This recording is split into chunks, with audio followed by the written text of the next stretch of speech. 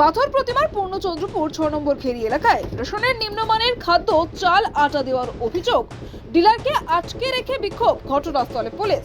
দক্ষিণ ২৪ পরগনা জেলার পাথর প্রতিমা ব্লকের পূর্ণচন্দ্রপুর শ্রীনারায়ণপুর গ্রাম পঞ্চায়েতের ৬ নম্বর খেরি এলাকার রেশন ডিলার দেবু মজুমদার এবং তার ছেলেকে আটকে রেখে বিক্ষোভ গ্রামবাসীদের। নিম্নমানের সামগ্রিক দেওয়ার জন্য গতকাল থেকে এই সমস্যা শুরু হয়। এমনকি গ্রামের প্রচুর মানুষ লিখিত দরখাস্ত করে তার সদুত্তর না পাওয়া গেলেও ডিলার দেবু মজুমদার বস্তা থেকে খুবই নিম্নমানের চাল গ্রাহকদের দেওয়ার প্রস্তুতি নেওয়ার সময় বিক্ষোভে ফেটে পড়ে এলাকার মানুষ। তারা ডিলার দেবুকে আটকে রেখে খাদ্যের আধিকারিক না এলে তাকে ছাড়া হবে না বলেও হুমকি দেয়। খবর দেওয়া হয় ধোলাই থানায়। প্রশাসন আধিকারিকরা এসে বিক্ষোভকারীদের সঙ্গে কথা বলেন। এলাকার মানুষের দাবি, বারবার নিম্নমানের সামগ্রিক বিতরণ করা হয় এই রেশন থেকে, বারবার জানিয়েও কোনো কাজ হচ্ছে না।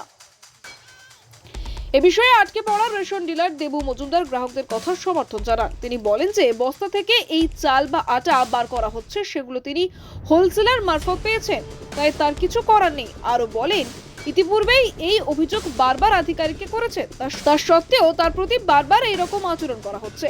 ডিলার আরো প্রশ্ন তোলেন, যেখানে প্রায় ৪২ টাকা কেজি দরে চাল এবং প্রায় ৩০ টাকা দরে আটা সরকার দিচ্ছে, সেখানে কেন নিম্নমানের সামগ্রিক দেওয়া হবে? তার কথার সমর্থন জানান বিক্ষোভকারীরা। শেষ পর্যন্ত প্রশাসনের হস্তক্ষেপে বিক্ষোভকারীরা ডিলারকে ছেড়ে দেয়। তবে ঘটনাস্থলে খাদ্যের কোনো অফিসার বা আধিকারিকের দেখা মেলেনি। দক্ষিণ ২৪ পরগনা থেকে গোপাল সিলের রিপোর্ট, ডিএন নিউজ বাংলা।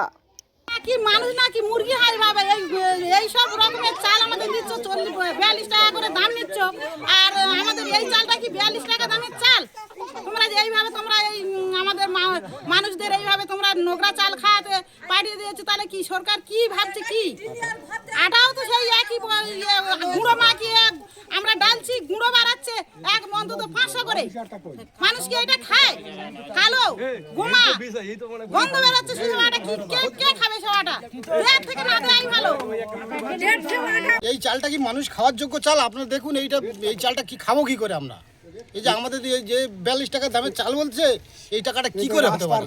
হাঁসের পালক, আমরা হাঁসের পালক, মুরগির পালকের খাবো কি করে আমরা? আমরা সাধারণ গরিব মানুষ, কি মানুষ না আমরা? আমরা কি গরু ছাগল নাকি? এইভাবে খাবো কি করে? আপনারা কি চাইছেন? আমরা ভালো চাল চাইছি। ন্যায্য মূল্য। আপনার নাম? আমার নাম মাধব হালদার। দেবদা, ইতিমধ্যে মানুষ দেখতে পাচ্ছি আপনি যে চাল দিচ্ছেন, চালটা প্রচন্ড নোংরা এবং এলাকার মানুষ যারা রয়েছে বিক্ষোভ করছে, আপনাকে ঘিরে বলছে, প্রতিবাদ করছে, আপনি কি বলবেন? ঠিক কথাই বলছে। আমি জনগণের সঙ্গে সহপাঠী।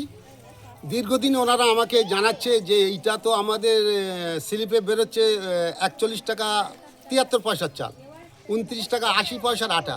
কিন্তু এইটা কি ২৯ টাকা ৮০ পয়সার আটা, গুণগত মানের আটা?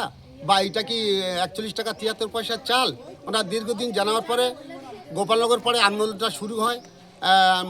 সেই মাজনীর নামটা আমার মনে নেই। আমাকে জেঠু বলে জেঠু এখানে একটু আসুন তো আপনারা। তা আমি ওখানে গেলাম। যাওয়ার পরে বলছে, দেখুন এই আমাদের গুণগত মানের কয়েক মাস আগে। তাই বললাম, আপনারা যেমন মৌখিক দীর্ঘদিন আমাকে জানাচ্ছেন, আমিও অফিসারদের দীর্ঘদিন জানাচ্ছি, কিন্তু এর কোনো সুরাহা হয়নি। তা আপনারা এর ব্যবস্থা করুন, আপনারাই ব্যবস্থা করুন। করতে ওরাও নিজেদের মধ্যে আলোচনা করে আমাকে প্রায় ৮-৯০০ মতো সই দিয়ে দেয়। আমি সেগুলো অফিসে জমা করে দিয়েছি এবং আমিও ওদের সঙ্গে সহমতি। আমি একটা আগে মানুষ পরে ডিলার, এইটা সেই মান হতে পারে না। এইটা সেই গুণগত মানের এই যে এত খারাপ মালটা কি আপনি সেখান থেকে নিয়ে এসেছেন না? অবশ্যই হোম ডেলিভারি। আমার ক্যামেরা আছে আমার দোকানে, সব ডিলারের ক্যামেরা নেই, আমার দোকানে ক্যামেরা আছে। ক্যামেরা চেক করলেই পেয়ে যাবেন। মালটা রবিবার ঢুকেছিল, মালটা বৃহস্পতিবার ঢুকেছিল। এই মালটা আমার সেই বৃহস্পতিবার থেকে আমার গোডাউন চেক করা হোক, আমার সিসি ক্যামেরা দেখা হোক। সেই মালটা সকালে বার করেছি, তারও সিসি ক্যামেরা দেখা হোক, বা পাশে অন্যান্য ডিলার আছে তাদেরও মাল ভেরিফাই করা হোক।